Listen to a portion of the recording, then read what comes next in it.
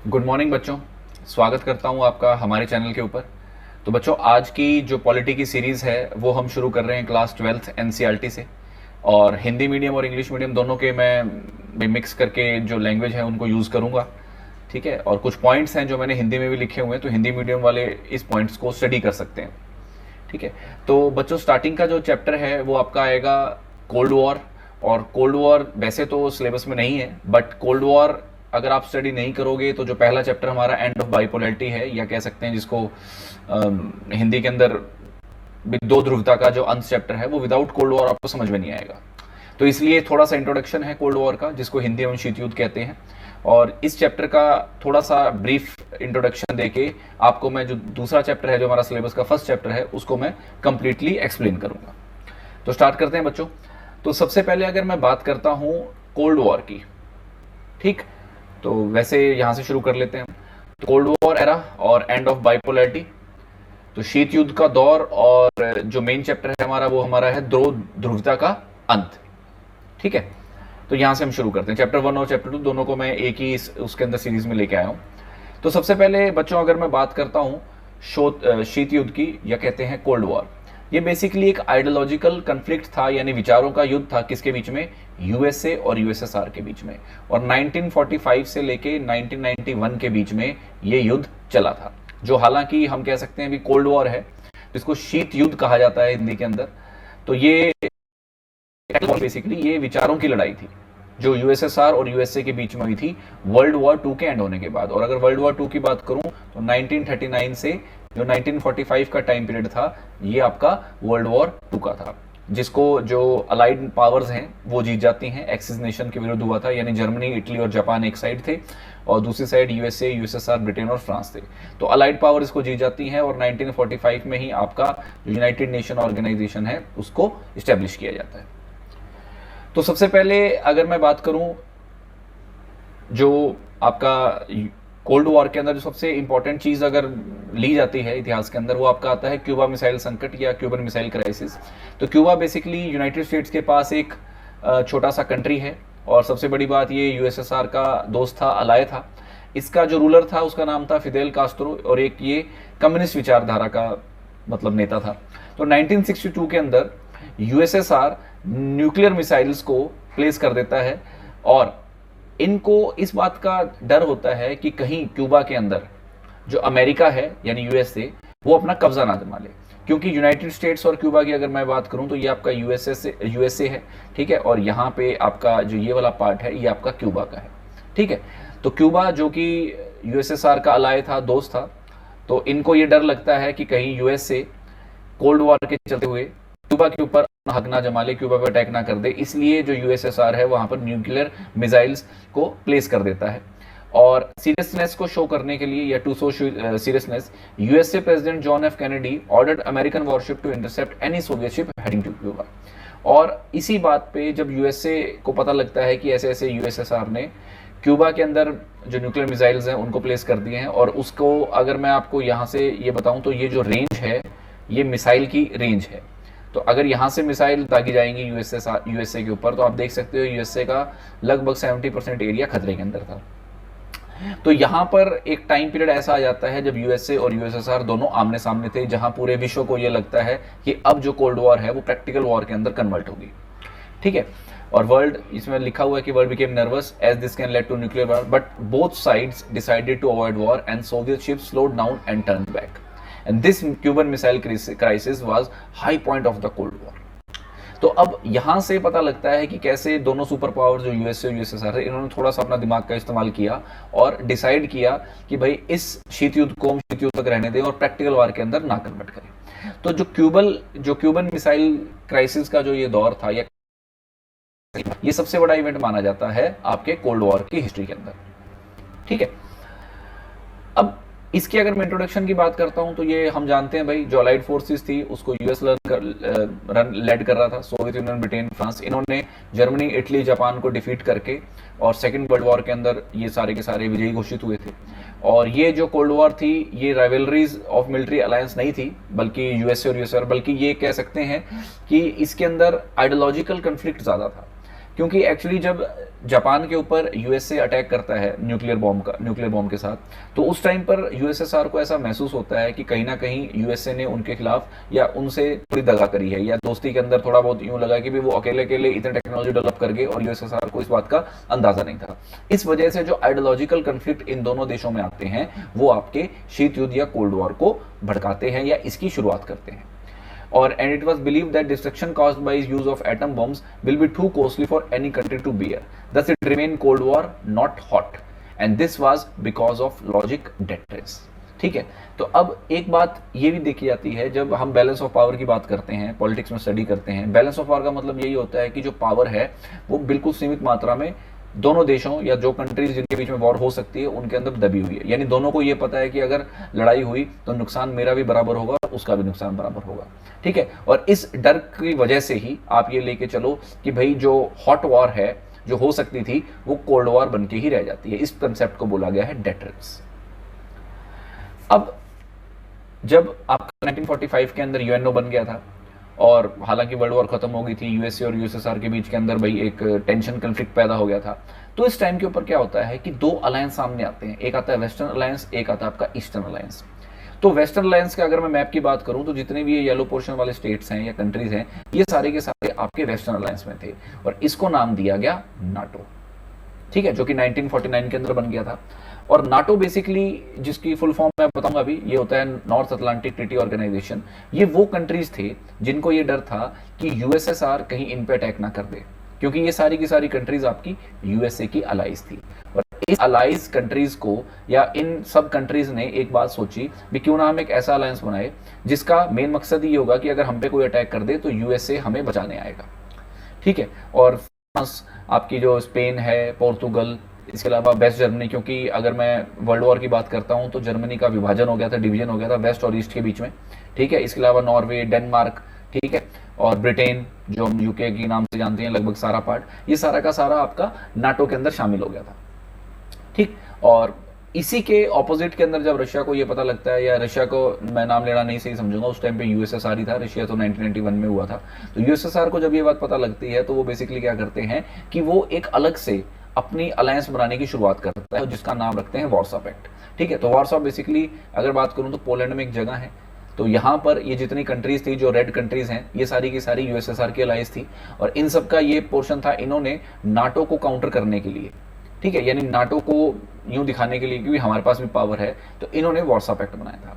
तो दो ध्रुवीय विश्व का आरंभ अगर मैं बताऊं या emergence of two power blocs जब शुरू होता है तो उसके अंदर इन दोनों मेंबर्स का नाम आता है, नाटो मेंबर्स और वार्सो पैक्ट मेंबर। हालांकि इसके अलावा कुछ और कंट्रीज भी हैं जैसे कि आयरलैंड हो गया, स्वीडन हो गया, फिनलैंड हो गया, यूगोस्लाविया हो गया, ये लगभग वो कंट्रीज हैं भाई जो इन दोनों ही पैक्ट से अलग थे, यानी जिनको कह सकते हैं हम न्यूट्रल कंट्रीज थे। ठीक, तो वेस्टर्न अलायंस जिसको यूएस हेड कर रहा था भाई, जिसका आइडियोलॉजी की अगर मैं बात करूं तो लिबरल डेमोक्रेसी एंड कैपिटलिज्म, यानी अगर डेमोक्रेसी की अगर बात करते हैं तो जिसके अंदर लोकतांत्रिक व्यवस्था कह सकते हैं और दूसरा जिसमें पूंजीवाद की व्यवस्था कह सकते हैं। और ईस्टर्न अलायंस की बात करूं तो जिसके अंदर सोशलिस्ट जो पार्टी हैं, क्योंकि अगर मैं सोवियत यूनियन की बात करता हूं तो सोवियत यूनियन के अंदर सोशलिस्ट टाइप की विचारधारा के लोग रहते हैं जिसको हम साम्यवादी विचारधारा कहते हैं, और कम्युनिज्म भी। ठीक है, तो वेस्टर्न अलायंस की अगर मैं बात करता हूं तो इसको ऑर्गेनाइजेशन के अंदर भाई बनाया गया था जिसका नाम नाटो रखा गया था और 1949 के अंदर इसकी इस्टेब्लिशमेंट हुई थी। तो इसके अंदर 12 स्टेट्स उस टाइम पर, फिलहाल 29 मेंबर स्टेट्स हैं। तो ईस्ट और साउथ ईस्ट एशिया या वेस्ट एशिया, मिडिल ईस्ट के अंदर यूएस ने एक और अलायंस सिस्टम बनाया जिसको बोला गया सेंटो, सीटो के नाम से, और एक था सेंटो। तो पाकिस्तान की अगर मैं बात करता हूं तो पाकिस्तान आपका जो सेंट्रल ट्रीटी ऑर्गेनाइजेशन था इसके अंदर शामिल था और South East Asian Treaty Organization में शामिल था। तो पाकिस्तान स्टार्टिंग से ही यूएसए के साथ रहा है भाई। ठीक है, तो यूएसए ने जो एशिया की अगर बात करता हूं वहां पर सीटो और सेंटो के नाम से ट्रीटी करी। इसके बाद आता है ईस्टर्न अलायंस जिसको वार्सो पैक्ट बोलते थे, 1955 में क्रिएट हुआ था ये नाटो को काउंटर करने के लिए। और इसके अंदर भाई आप ईस्टर्न यूरोप की लगभग कंट्रीज है सारी के सारी इसके अंदर शामिल हुई थी। ठीक है, तो Soviet union, China, north Vietnam, north Korea, Iraq, ये लगभग कंट्रीज जो इसमें शामिल थी। और एक छोटी सी ब्रीफ वॉर होती है चाइना और यूएसएसआर के बीच में लेट 1950s, ठीक है, और 1969 के अंदर। This show there were cracks and split within the alliance. अब इस वजह से पता लगता है कि जो वार्सो पैक्ट था उसमें थोड़े बहुत स्प्लिट्स भी थे और क्रैक्स भी थे, बट ये केस आपको नाटो में देखने को नहीं मिलेगा। अब अलाइज या साथी होने का फायदा क्या होता है? तो सबसे पहली बात तो यही है भाई, अगर हम जैसे यूएसए की बात करते हैं, यूएसएसआर की बात करते हैं, इन्होंने इतने जो मेंबर कंट्रीज थे इनको अपने साथ रखा, तो फ्री में तो रखा नहीं होगा, तो कुछ ना कुछ तो इनसे रिक्वायरमेंट होगी इसको। अब सबसे बड़ी बात क्या होती है, अलायंस का बेनिफिट्स क्या होता है इन मेजर कंट्रीज को? Vital resources such as oil and minerals, तेल और जो खाद्य पदार्थ होते हैं, मिनरल्स, ठीक है, खाद्य पदार्थ तो नहीं कहूंगा, लेकिन ये मिनरल्स, अगर जैसे आयरन ओर हो गया, या ऐसे कई कंट्रीज हैं जिनके अंदर भाई आयरन और इसके अलावा बॉक्साइट हो गया, या आजकल ऐसे कई चीजें मिल रही हैं, तो वैसे वो सभी चीजें इन कंट्रीज के अंदर अवेलेबल थी काफी मात्रा के अंदर, जो इस साथ में वार्सा पैक्ट या नाटो के मेंबर्स होते हैं। तो इनकी अवेलेबिलिटी जो हुआ करती थी, वो यूएसएसआर या यूएसए को इस बात पे थोड़ा सा इंपॉर्टेंस देती थी कि आप इन कंट्रीज को अपने साथ लेकर जो, ताकि इनके रिसोर्सेज उनको खुद भी यूज कर सके। उसके बाद लोकेशंस ऐसी थी जहां पर यूएसएसआर और यूएसए एक दूसरे पे स्पाई कर सकती हूँ, यानी जासूसी कर सकती हूँ। उसके बाद पेइंग मिलिट्री एक्सपेंस, अपने मिलिट्री को एक्सपेंस देने के लिए, यानी अपनी जो सेना है उसको तनख्वाह देने के लिए या उसके एक्सपेंसेस को बियर करने के लिए भी अलायंस जरूरी थे मदद के लिए। दूसरी बात, टेरिटरी इनको मिल जाती थी एक्स्ट्रा, जिससे कि अपने वेपन्स और ट्रूप्स को ये लॉन्च कर सकें। और सबसे बड़ी बात थी आइडियोलॉजिकल सपोर्ट की, विचारधारा की support. Loyalty of alliance suggested that super power और winning the war of ideas. जो अलायंस थे, यानी जो मेंबर कंट्रीज थे इन दोनों ग्रुप्स के, उनको इस बात की एक तरह से भाई आइडियोलॉजिकल सपोर्ट थी भी, एटलीस्ट जो आइडियाज या विचारों की जो लड़ाई है वो तो कम से कम अपने अपने जो खेमे हैं वो जीत रहे हैं। यानी वार्सा वालों को ये था कि यूएसएसआर जीत रहा है, और अगर मैं नाटो की बात करूं, उनको ये था कि यूएसए जीत रहा है। तो ये इनके आइडियोलॉजिकल सपोर्ट थी। अब इसी के रिगार्डिंग बेसिकली वर्ल्ड को देखते हुए कुछ ट्रीटीज भी होती हैं भाई। Because suspicion caused by the Cold War led two power centers to gather huge stock of arms and to prevent wars from taking place in 1960 USSR and USA signed 3 agreements। अब जब लड़ाई होती है तो भाई आपस के अंदर ये चीजें भी देखी जाती हैं, सारे अपने जो आर्मी है उसको मेंटेन करने में लगे रहते हैं, आर्म्स के लिए, न्यूक्लियर वेपन्स के लिए, ठीक है, और जितने भी डिफेंस के रिगार्डिंग इक्विपमेंट्स हैं उन सबको भरने के लिए लगे रहते हैं, ठीक है। और इन सबको देखते हुए जब ऐसा महसूस होता है कि जो कोल्ड वॉर है वो हॉट वॉर में तब्दील ना हो जाए, तो इसके रिगार्डिंग यूएसए और यूएसएसआर 3 एग्रीमेंट्स को साइन करते हैं। और बेसिकली ये ट्रीटीज थी, एक होता है लिमिटेड टेस्ट बैन ट्रीटी, एक होता है न्यूक्लियर नॉन प्रोलिफरेशन ट्रीटी, और एक होती है एंटी बैलिस्टिक मिसाइल ट्रीटी।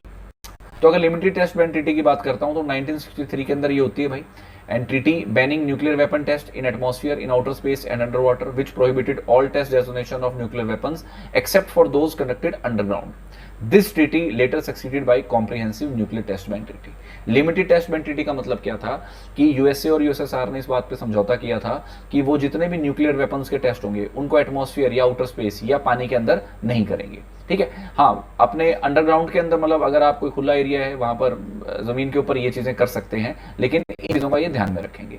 इसके अलावा आती है न्यूक्लियर नॉन प्रोलिफरेशन ट्रीटी, जिसको एनपीटी कहा गया है।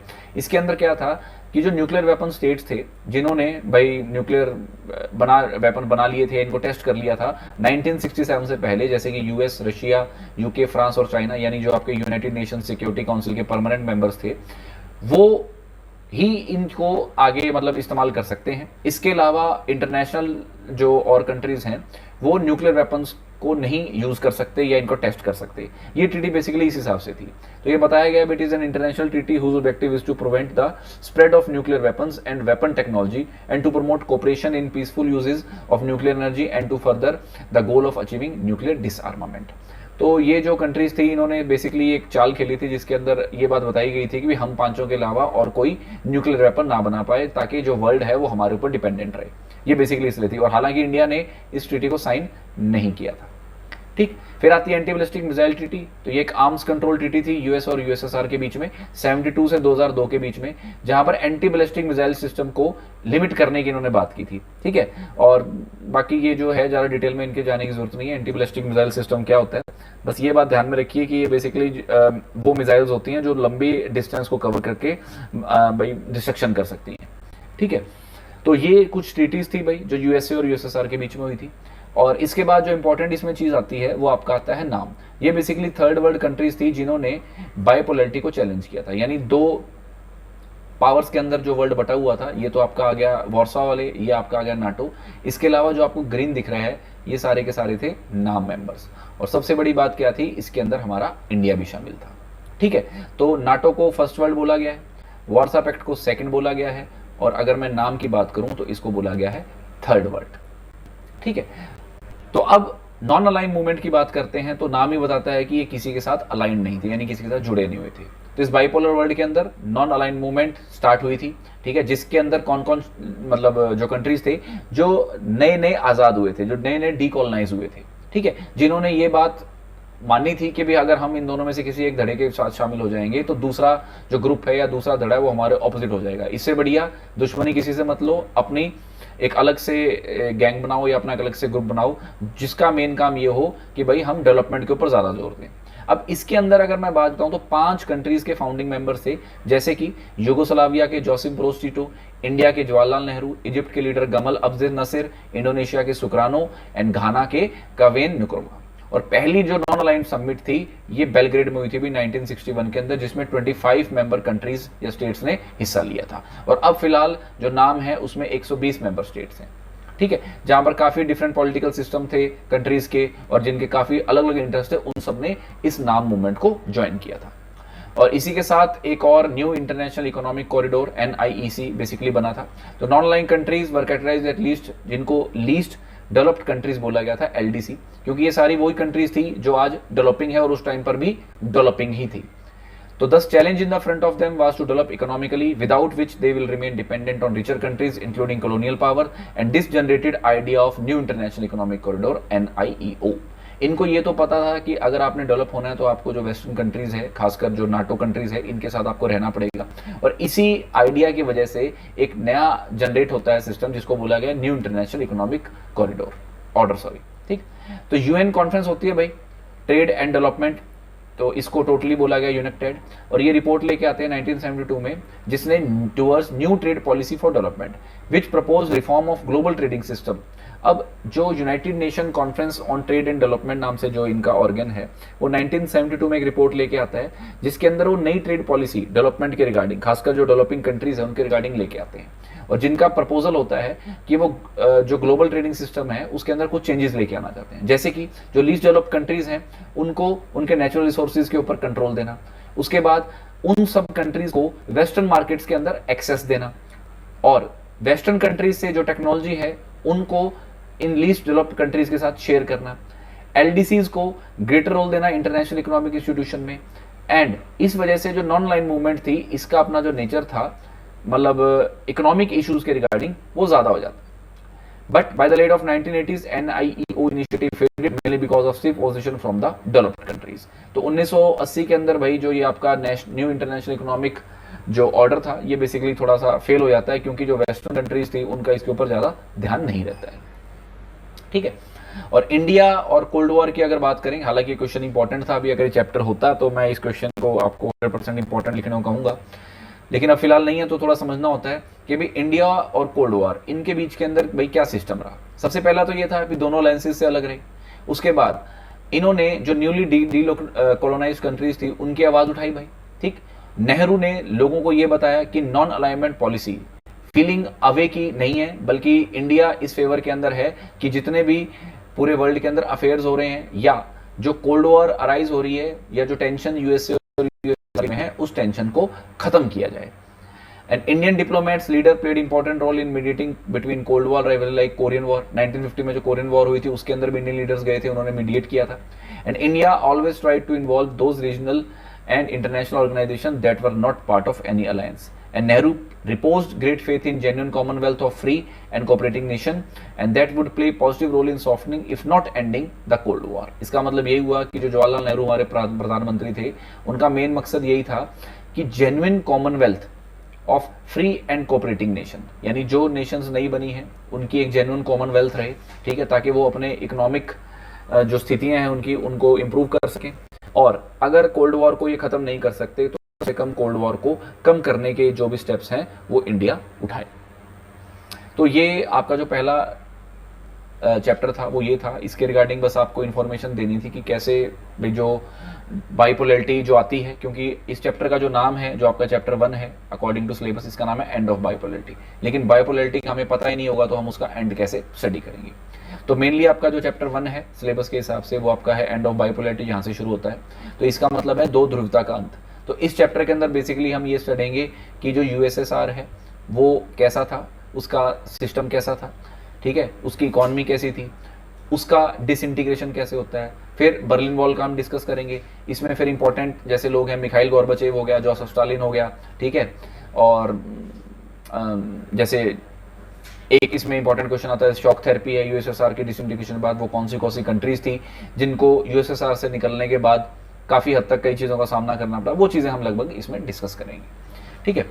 तो अगर मैं इंट्रोडक्शन की बात करता हूं तो सबसे पहली बार जो अगर यूएसएसआर की डिसइंटीग्रेशन का अगर सबसे बड़ा जो इंपॉर्टेंट पॉइंट है वो आता है आपका the fall of Berlin wall. तो बर्लिन की अगर बात करूं तो जर्मनी कैपिटल है, और बर्लिन वॉल, ये आपको जो वॉल दिख रही है ये बर्लिन वॉल है भाई, ठीक है। तो लोगों ने 1989 के अंदर डिसाइड क्या किया, यूनिफिकेशन ऑफ जर्मनी का। तो फॉल ऑफ बर्लिन वॉल का मतलब ये होता है कि वेस्ट जर्मनी और ईस्ट जर्मनी ये दोनों इक्वल हो गए थे, और वेस्ट जर्मनी जो नाटो में था और ईस्ट जर्मनी जो कि वार्सा पैक्ट के साथ था, ये दोनों मिलके जर्मनी बनाते हैं। और इससे आप ये लेके चलो कि जो यूएसएसआर उसका जो डिसइंटीग्रेशन था वो कहीं ना कहीं इस बात से भी इन्फ्लुएंस्ड है।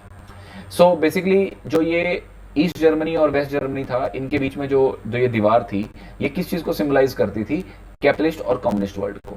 जो कैपिटलिस्ट विचारधारा के लोग हैं, यानी अगर मैं बात करूं पूंजीवादी की विचारधारा जो कि यूएसए है, इसके साथ दिया था किसने, वेस्ट जर्मनी ने। और कम्युनिस्ट विचारधारा या सोशल विचारधारा की बात करूं तो ये विचारधारा यूएसएसआर की थी, जिसका साथ दिया था किसने, आपके ईस्ट जर्मनी ने, ठीक है। तो जब ये दोनों कंबाइन हो जाते हैं तो मींस ये जो विचारधाराएं वो खत्म हो जाती हैं, ठीक है। And this and the chain of such events led to collapse of second world and end of cold war like unification of Germany. जब ये दोनों जर्मनी मिल जाते हैं, जर्मनी एक हो जाता है, तो एक तरह से कोल्ड वॉर की खात्मे की शुरुआत है वो हो जाती है। अब इस चैप्टर के अंदर जो सबसे इंपॉर्टेंट क्वेश्चन है अगर मैं बात करूं तो सोवियत सिस्टम क्या था, ठीक है। अगर बोर्ड के हिसाब से अगर मैं लेके चलता हूं तो हिंदी में कहते हैं इसे सोवियत प्रणाली क्या थी। ये क्वेश्चन आपका कई बार मतलब घुमा फिरा के जो बोर्ड वाले हैं पूछ लेते हैं। तो सबसे पहले अगर मैं बात करूं तो USSR, the union of Soviet socialist Republic, ये सोशलिस्ट रेवोल्यूशन हुआ था रशिया का 1917 के अंदर, और जिसके अगर आइडियल्स की बात करूं तो सोशलिज्म यानी साम्यवादी और पूंजीवादी के ये ऑपोजिशन के अंदर थे। तो 1917 के बाद जो सिस्टम शुरू हुआ था वो रशिया का था, union of Soviet socialist Republic. 1917 की बात करूं तो इन्होंने जो फर्स्ट वर्ल्ड वॉर थी उसमें से जो रशिया था यानी यूएसएसआर था, उन्होंने अपना पार्टिसिपेशन हटा लिया था और पूरा ध्यान अपनी जो कंट्री है उसके ऊपर लगाया था, ठीक है।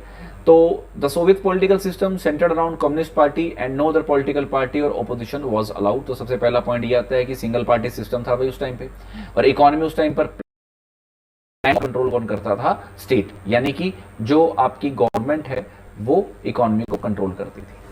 और वर्ल्ड वॉर 2 के बाद ईस्ट यूरोपियन कंट्रीज थी, उन्होंने भाई सोवियत आर्मी को भाई लिबरेट किया, और फैसिस्ट फोर्सेस थी वो सारी की सारी यूएसएसआर के अंडर आ जाती है। And this group of countries was called second world और the socialist bloc and include East Germany, Poland, Czech, Hungary, Romania and East Europe. तो ये सारा हम डिस्कस कर चुके हैं भाई, ये जो वार्सा पैक्ट मेंबर्स थे या सेकंड वर्ल्ड कंट्रीज थी, या इसको बोला गया है सोशलिस्ट ब्लॉक, जो यूएसएसआर की सपोर्ट के अंदर थी।